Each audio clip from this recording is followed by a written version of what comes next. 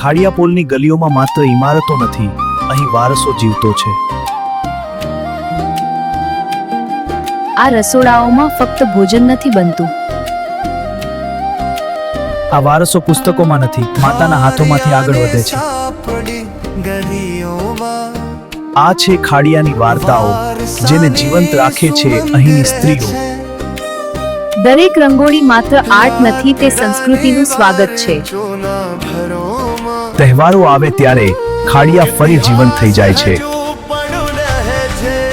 ખાડિયાની ગલીઓમાં લખાયેલી યાદોની ડાયરી. ખાડિયા, જ્યાં ગલીઓ, લોકો અને વારસો આજે પણ જીવંત છે.